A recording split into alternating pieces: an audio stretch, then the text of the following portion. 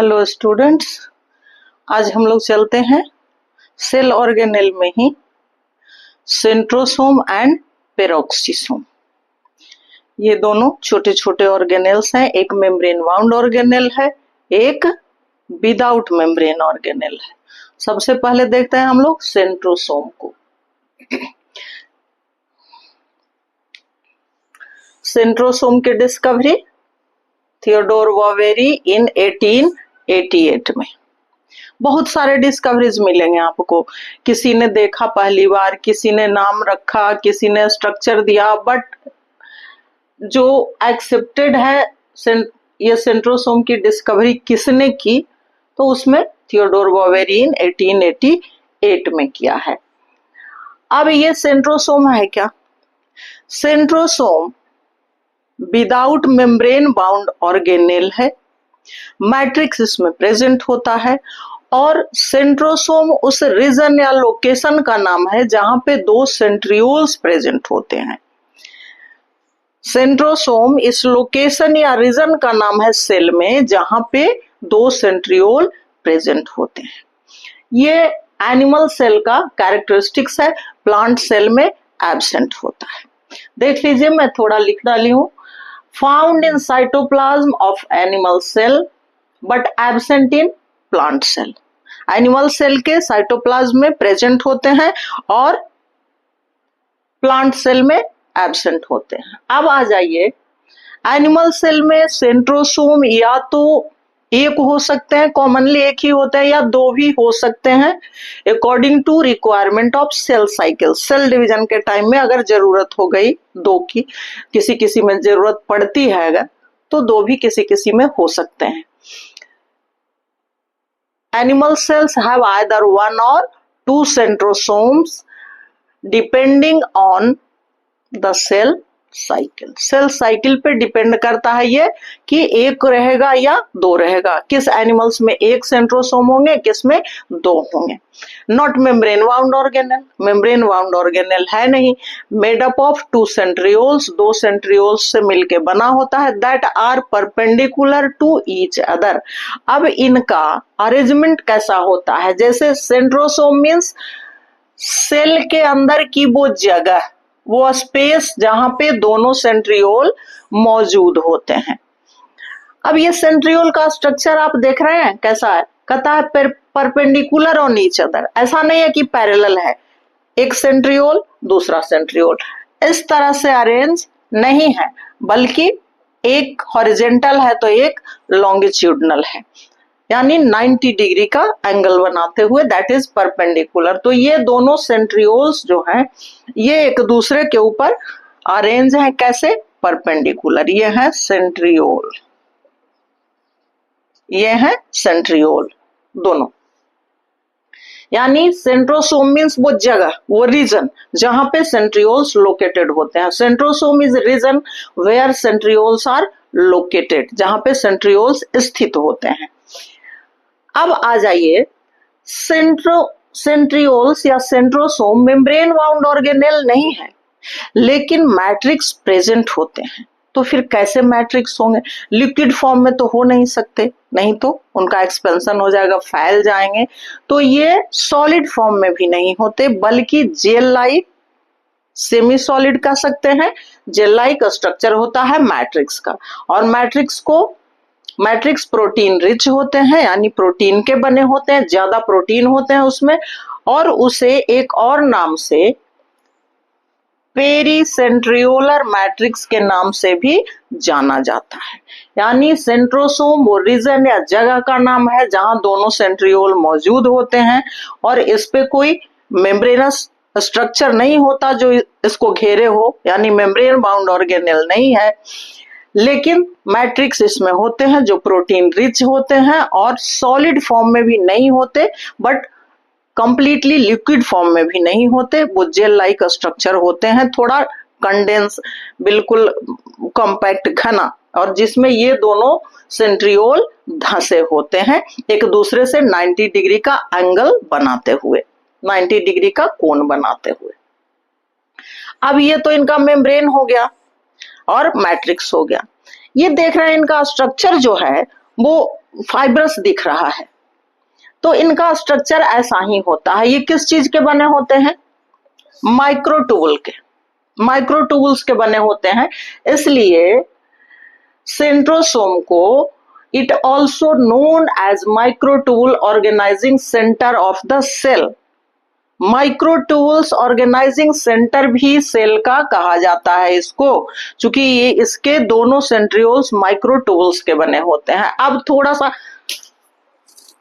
सा हम लोग जान लेते हैं व्हाट इज माइक्रोट्यूबुल्स। माइक्रोट्यूबुल्स ये हॉलो, खोखला सिलिंड्रिकल स्ट्रक्चर होता है। जैसे आप लोग क्या फ्रूटी पीते हैं या और भी कोई जूस वगैरह पीते हैं, सिप करते हैं, तो उसमें जो स्ट्रॉ देता है वो कैसा रहता है?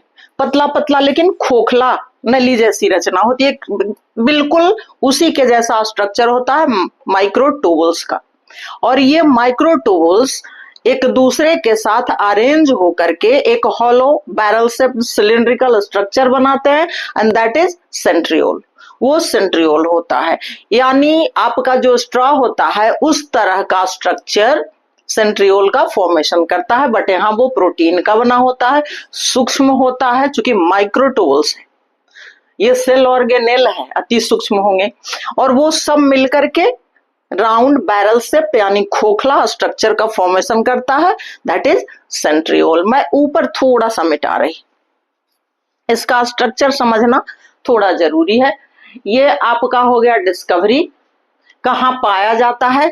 सेल, एनिमल सेल के साइटोप्लाज्म में, प्लांट सेल में एब्सेंट होते हैं। एनिमल सेल में या तो एक हो सकते हैं या दो भी हो सकते हैं, according to requirement of cell cycle. Cell cycle यानी सेल डिवीजन में अगर जरूरत है तो दो भी हो सकते हैं। मेम्ब्रेन बाउंड ऑर्गेनेल्स नहीं है, और दोनों सेंट्रियोल एक दूसरे के परपेंडिकुलर सिचुएटेड होते हैं।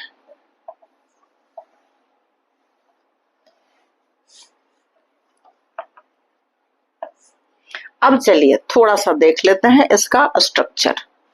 इसका स्ट्रक्चर ऐसा है कि माइक्रोट्यूबुल्स जो हैं वो 9 सेट ऑफ ट्रिपलेट्स का फॉर्मेशन करते हैं। माइक्रोट्यूबुल्स, मान लीजिए कि आपका दिमाग में बस स्ट्रॉ का ही स्ट्रक्चर रखिएगा, तो उस तरह से 3 स्ट्रॉ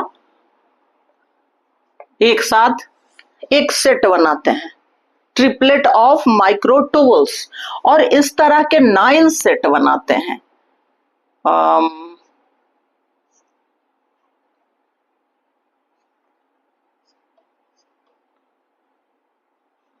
इस तरह से 1 2 3 1 2 3 1 2 3 1 2 3 1 2 3 1 2 3 1 2 3 1 2 3, इस तरह से 9 सेट हो गए। तो 9 set of triplets, 9 set of triplet, triplet means 3-3 का जोड़ा, 3-3 का पेयर बना करके। ये किसका है 9 सेट ऑफ ट्रिपलेट्स? ये माइक्रोट्यूबुल्स का है, माइक्रोट्यूबुल्स। और ये क्या बना लिया?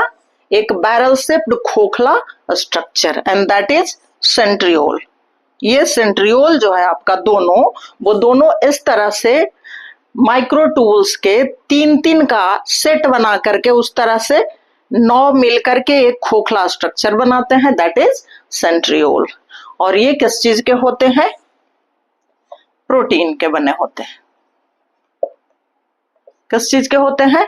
प्रोटीन के बने होते हैं। स्ट्रक्चर में इससे ज्यादा जाने की अभी जरूरत नहीं है, क्योंकि अब देख लीजिए सेंट्रोसोम क्या है? Centrosome is the region where centrioles are located. Centrosome वो रीजन है जहां पे कि सेंट्रियोल्स, 2 सेंट्रियोल्स लोकेटेड होते हैं, और दोनों सेंट्रियोल्स क्या होते हैं?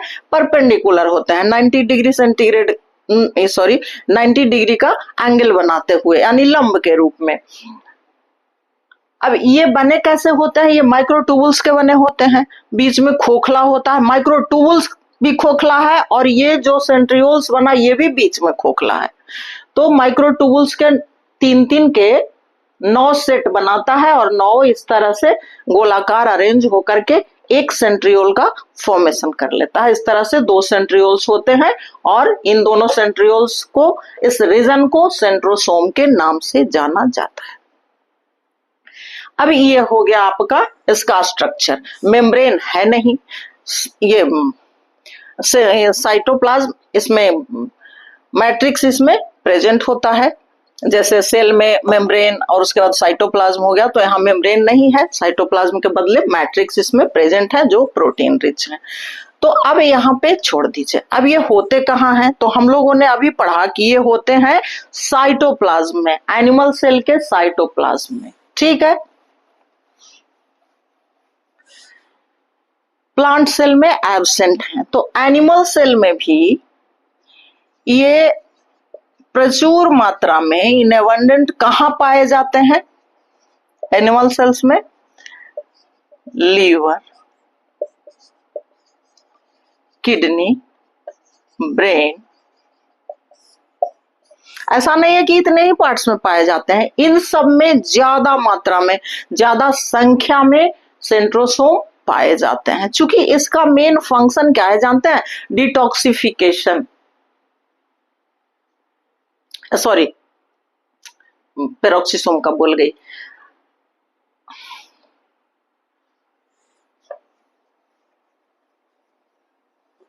इसका उसमें लिख दी, उसका इसमें लिख दी। इसका फंक्शन क्या है? स्पिंडल फॉर्मेशन करना।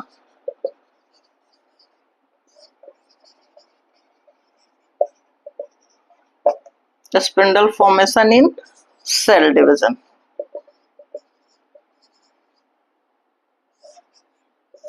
डिटॉक्सिफिकेशन पेरोक्सिसोम का है। उधर देख रही थी, इधर बोल दी। से ये सेल डिवीजन में स्पिंडल फॉर्मेशन इसका फंक्शन है। अब स्पिंडल फॉर्मेशन ये कहाँ करेगा? तो एनिमल सेल में करेगा। चूंकि ये एनिमल सेल का कैरेक्टरिस्टिक्स है, प्लांट सेल में ये एब्सेंट होता है, तो फिर प्लांट सेल में कौन करेगा? तो इसके फंक्शन में हम लोग देखेंगे।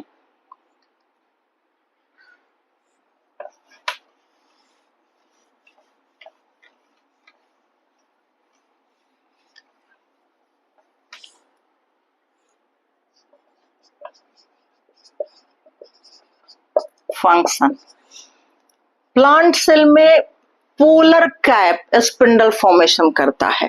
स्पिंडल फॉर्मेशन क्या है? इस तरह से जब सेल डिवीजन होता है तो ये फाइब्रस स्ट्रक्चर बनता है and that is spindle.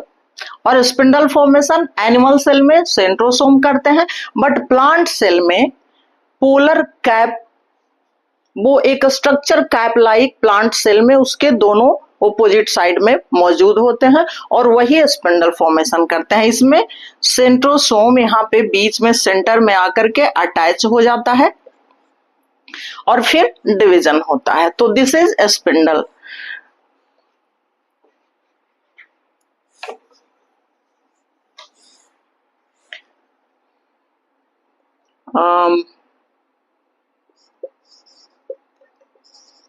Microtubules, microtubules organisation first, second में हो गया spindle fibre formation in cell division, और थर्ड हो गया आपका सीलिया एंड फ्लैजेला फॉर्मेशन। और एक हम लोग लिख ले प्लांट का।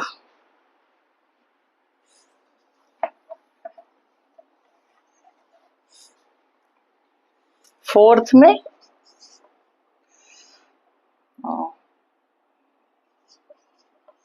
इन plant cell polar cap,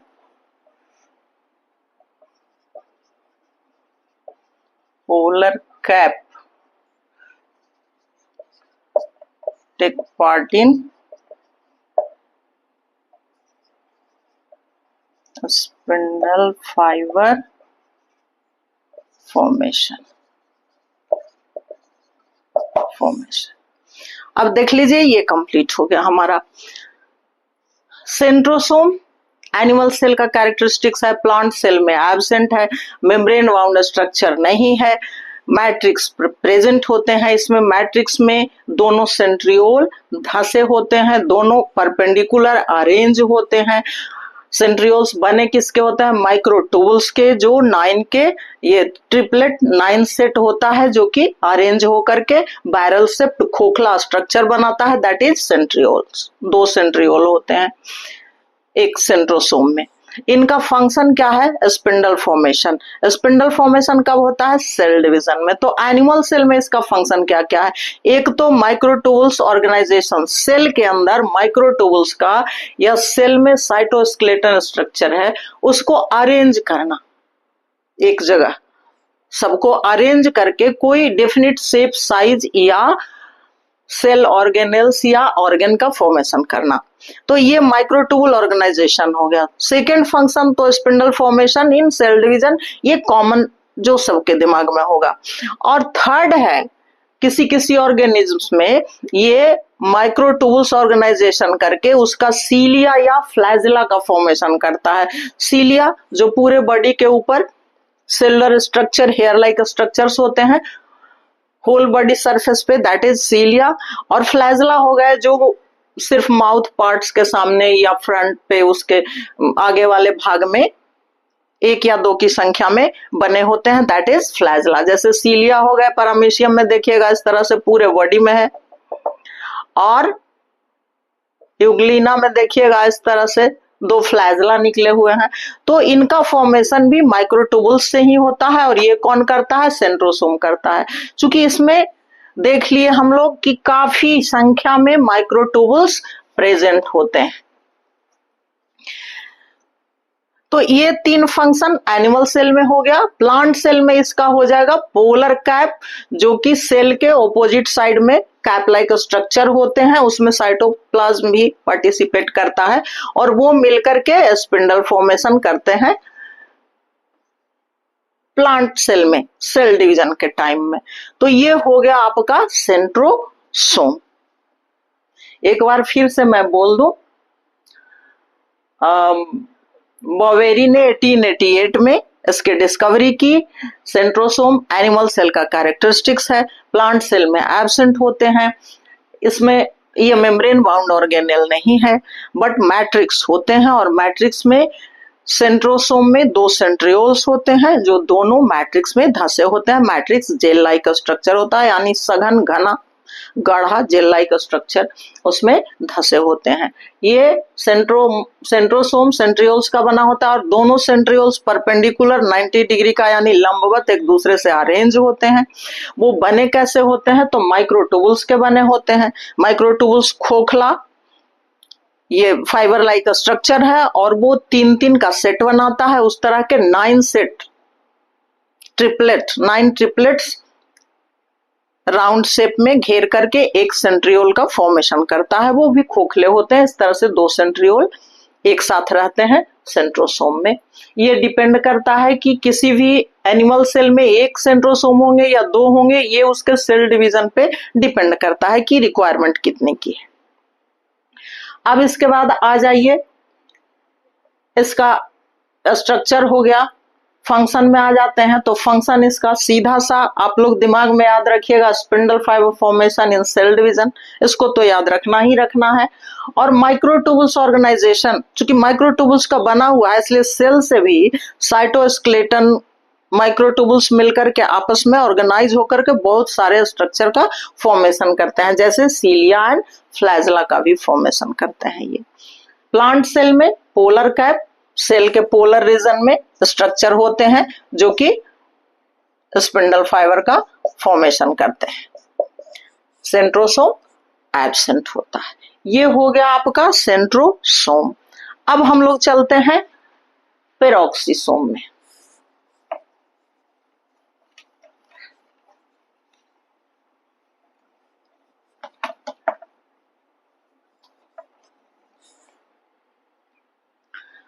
peroxisome में आ जाइए।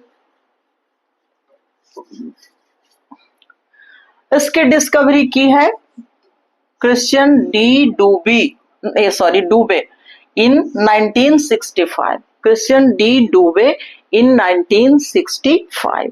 एक चीज याद रखिएगा, अभी हम लोगों ने पढ़ा centrosome that is not membrane bound structure but peroxisome is membrane bound structure. Peroxisome membrane bound organelles है। हाँ, लेकिन इसका मेम्ब्रेन देखिए small single membrane bound structure, small structure है पेरोक्सिसोम और सिंगल मेम्ब्रेन होता है। What is single membrane? Single membrane जिसे यूनिट मेम्ब्रेन भी कहते हैं। प्लाज्मा मेम्ब्रेन याद कीजिए, फास्फोलिपिड बाइलेयर का बना हुआ, यानी दो फास्फोलिपिड लेयर्स का बना हुआ और जिसमें प्रोटीन एम्बेडेड होते हैं। प्लाज्मा मेम्ब्रेन का जो स्ट्रक्चर होता है दैट इज यूनिट मेम्ब्रेन और सिंगल मेम्ब्रेन। तो उसी तरह के मेम्ब्रेन से बना होता है पेरोक्सिसोम। ये मेम्ब्रेन बाउंड स्मॉल ऑर्गेनेल है। सेंट्रोसोम मेम्ब्रेन बाउंड नहीं था। अब ये तो इसका हो गया plasma membrane, sorry plasma membrane या सिंगल मेम्ब्रेन या यूनिट मेम्ब्रेन, कुछ भी लिख सकते हैं हम लोग। यूनिट मेम्ब्रेन ये बना होता है किस चीज का? फॉस्फोलिपिड एंड प्रोटीन का। फॉस्फोलिपिड एंड प्रोटीन का बना होता है। यहाँ पे डायमीटर लिखी हूं मैं 0.1 to 1 mm, लेकिन ये वैरी करता है। आप बुक में देखिएगा, एनसीईआरटी बुक जो कहता होगा आप उसी को मान लीजिएगा। अलग अलग बुक्स में अलग अलग तरह के आपको मिलेंगे इसका डायमीटर, बट एनसीईआरटी ये सर्टिफाइड है, एनसीईआरटी सर्टिफाइड है एग्जाम के लिए, इसलिए उसमें देख लीजिएगा। जो डायमीटर कहता होगा इसका छोटा सा ऑर्गेनेल है तो इसका डायमीटर जो भी बताएगा आप उसी को मानिएगा। तो ये इसका स्ट्रक्चर छोटा सा स्मॉल यूनिट मेम्ब्रेन या सिंगल मेम्ब्रेन बाउंड स्ट्रक्चर है। अब इसके अंदर एक छोटा सा और स्ट्रक्चर होता है that is crystalline core.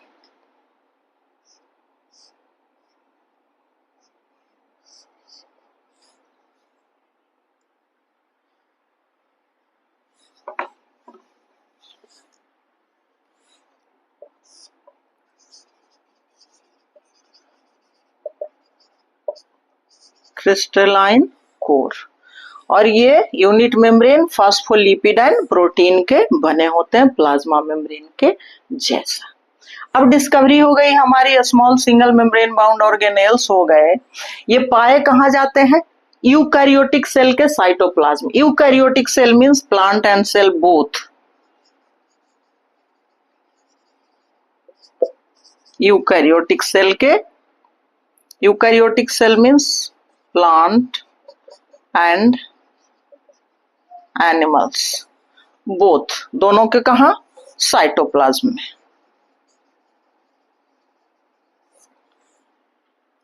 Cytoplasm of eukaryotic cells, यानी यूकैरियोटिक सेल के साइटोप्लाज्म में, प्लांट सेल में भी और एनिमल सेल में भी पाए जाते हैं। अब इसका थोड़ा सा स्ट्रक्चर देख लेते हैं।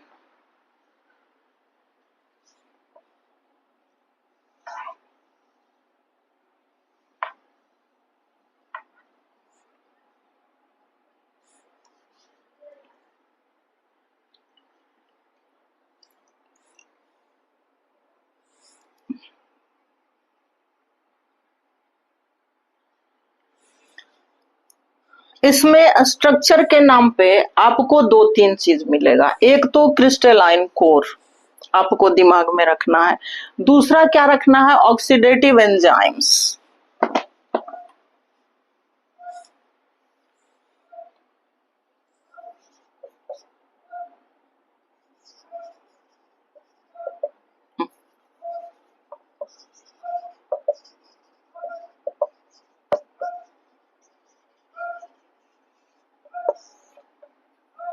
और क्या होते हैं इसमें? Oxidative enzymes. क्रिस्टलाइन कोर क्या है? पेरोक्सिसोम मेम्ब्रेन बाउंड स्ट्रक्चर है। ये यूकैरियोटिक सेल्स यानी प्लांट और एनिमल दोनों सेल में उसके साइटोप्लाज्म में प्रेजेंट होते हैं। इसका मेम्ब्रेन जो है वो फास्फोलिपिड एंड प्रोटीन का बना होता है, जिसे सिंगल मेम्ब्रेन या यूनिट मेम्ब्रेन के नाम से जानते हैं।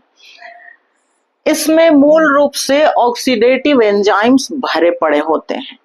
ये membrane bound fluid filled structure है, यानी लिक्विड फॉर्म में इसमें ऑक्सीडेटिव एंजाइम्स भरे होते हैं। Oxidative enzymes like oxidase, catalase, like oxidase, catalase etc. इसमें oxidative enzymes like oxidase, catalase ये सब मौजूद होते हैं। अब यूनिट मेम्ब्रेन के अंदर फ्लूइड फिल्ड स्पेस है और उस फ्लूइड में क्या होता है, ऑक्सीडेटिव एंजाइम्स भरे पड़े होते हैं, जैसे कि ऑक्सीडेज एंजाइम्स हो गए, कैटालेज एंजाइम्स हो गए। तो इस तरह से उसमें एंजाइम्स भरे पड़े होते। कभी कभी बीच में एक डेंस स्ट्रक्चर दिखाई पड़ता है, सघन स्ट्रक्चर दिखाई पड़ता है, and that's called crystalline core, collection of enzymes. ये क्या है, एंजाइम्स का कलेक्शन है। अब कभी कभी ये हमेशा पेरोक्सिसोम में क्रिस्टलाइन कोर नहीं दिखता।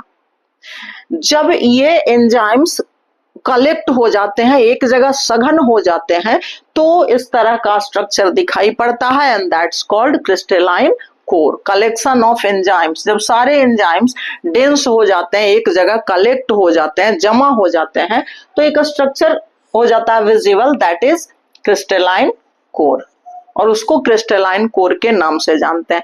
कोई जरूरी नहीं है कि जितने भी पेरोक्सिसोम हैं यूकैरियोटिक सेल्स में सब में क्रिस्टलाइन कोर दिखे ही, ये जरूरी नहीं है। हाँ, जिसमें ज्यादा डेंस हो गए हैं एंजाइम्स तो दिख सकते हैं, किसी में नहीं भी दिख सकते हैं, और इससे कोई फर्क भी नहीं पड़ता, क्योंकि इसमें ऑक्सीडेटिव एंजाइम्स भरे पड़े होते हैं। वो सारा फंक्शन एज यूजुअल चलते रहता है, लेकिन कभी कभी वही सघन हो गए। इसका द बेस्ट एग्जाम्पल मेरे ख्याल से गर्मी के दिनों में आसमान देखिएगा, तारे बिखरे पड़े होते हैं, लेकिन कभी कभी ना बिल्कुल सघन, जिसको हम लोग आकाशगंगा बोलते हैं ना, गैलेक्सी, वो क्या है, वो स्टार्स एक जगह अंधेरी रात में वो ज्यादा सघन दिखने लगते हैं, जिसको गैलेक्सी के नाम से जाना जाता है। तो like that crystalline core is collection of enzymes. वो एंजाइम्स जब जमा हो जाते हैं तो क्रिस्टलाइन कोर का फॉर्मेशन होता है, वरना कोई जरूरी नहीं कि सारे पेरोक्सिसोम में क्रिस्टलाइन कोर दिखे ही। और ये एंजाइम्स बिखरे पड़े होते हैं इसमें, और इनका फंक्शन बिल्कुल नॉर्मल वे में चलते रहता है। तो ये हो गया आपका क्रिस्टलाइन कोर, ये हो गए ऑक्सीडेटिव एंजाइम्स। अब ऑक्सीडेटिव एंजाइम्स करता क्या है, ऑक्सीडेटिव एंजाइम में जैसे ऑक्सीडेज है तो इसका फंक्शन क्या है, इसका फंक्शन है ब्रेकडाउन ऑफ कंपाउंड्स, जैसे एमिनो एसिड, फैटी एसिड, इन सब का ब्रेकडाउन हुआ। इसको मैं मिटा दूं थोड़ा सा।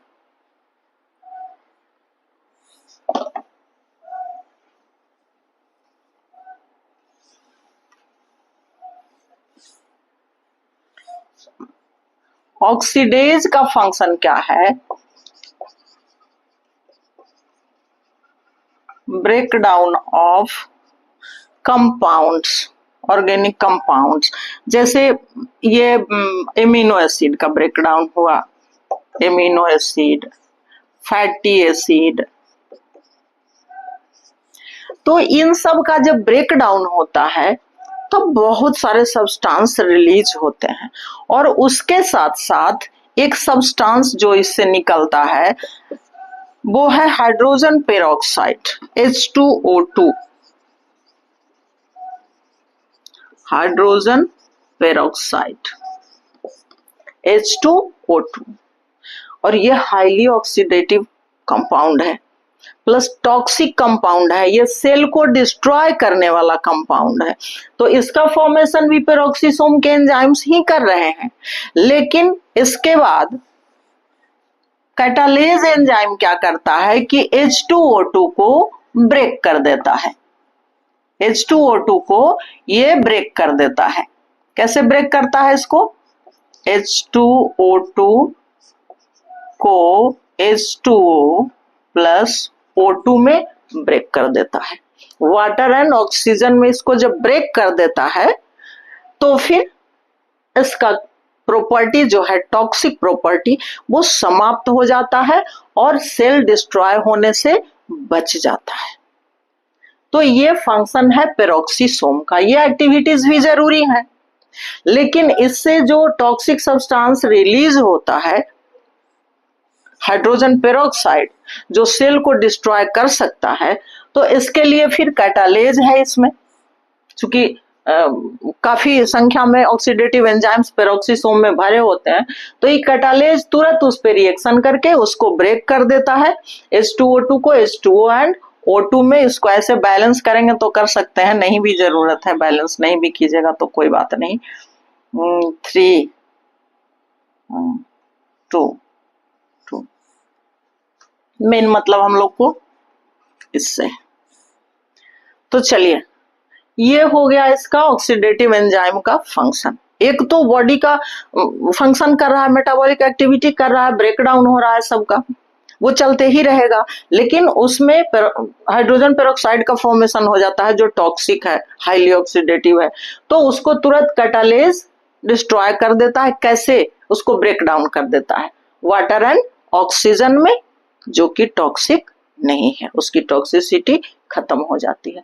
तो ये हो गया आपका ऑक्सीडेटिव एंजाइम्स। अब आ जाइए कि ये प्लांट सेल और एनिमल सेल दोनों में पाए जाते हैं। पेरोक्सीसोम हम लोग पढ़ रहे हैं, पेरोक्सीसोम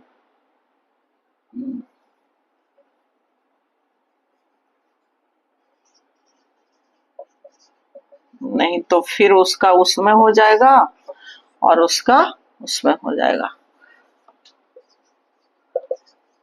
ऑक्सीडेटिव एंजाइम्स लाइक,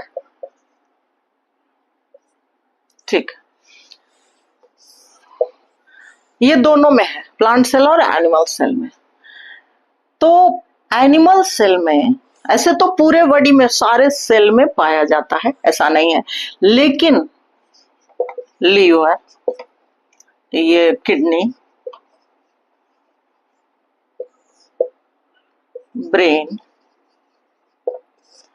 इन सब में काफी संख्या में पाया जाता है पेरोक्सीसोम।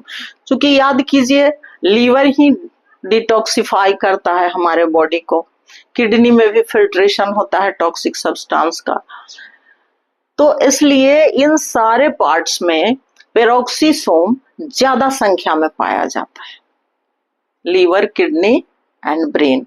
और ऐसे ये कंप्लीट बॉडी पार्ट्स के सारे सेल्स में प्रेजेंट होते हैं, लेकिन इन सब में ज्यादा संख्या में, चूंकि यहाँ मूल रूप से डिटॉक्सिफिकेशन होता है लीवर, किडनी में। तो अब आ जाते हैं हम लोग फंक्शन में। मैं इसको मिटा दूं,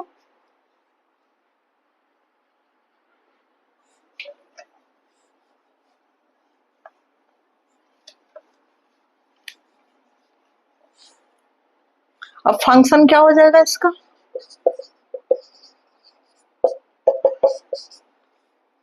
एनिमल सेल में तो डिटॉक्सिफिकेशन करेगा, डिटॉक्सिफिकेशन मूल काम इसका क्या है? डिटॉक्सिफिकेशन। अच्छा, फिर ये ब्रेक डाउन करता है फैटी एसिड वगैरह का। अभी हम लोगों ने देखा कि ऑक्सीडेज क्या करता है, फैटी एसिड, एमिनो एसिड, इन सब का ब्रेक डाउन करता है। अब इसके बाद प्लांट सेल का देख लें।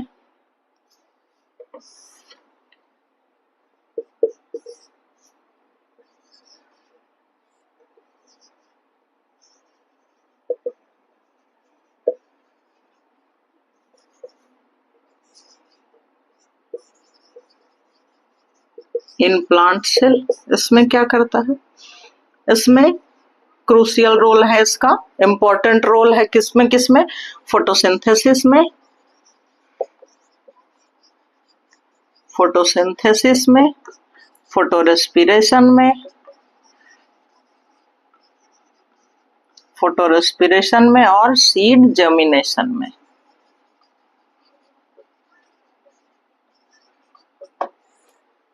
ऐसे इसके बहुत सारे फंक्शन हैं, लेकिन मूल रूप से मैं आपको ये डिटॉक्सिफिकेशन और एनिमल सेल का और ये प्लांट सेल का, अब सिर्फ इतना याद रखिएगा। आगे तो फिर बहुत सारे फंक्शंस मिल जाएंगे, स्ट्रक्चर भी और डिटेल होते चला जाएगा, पर यहाँ इतना ही याद रखना है आपको। पेरोक्सिसोम क्लियर हो गया।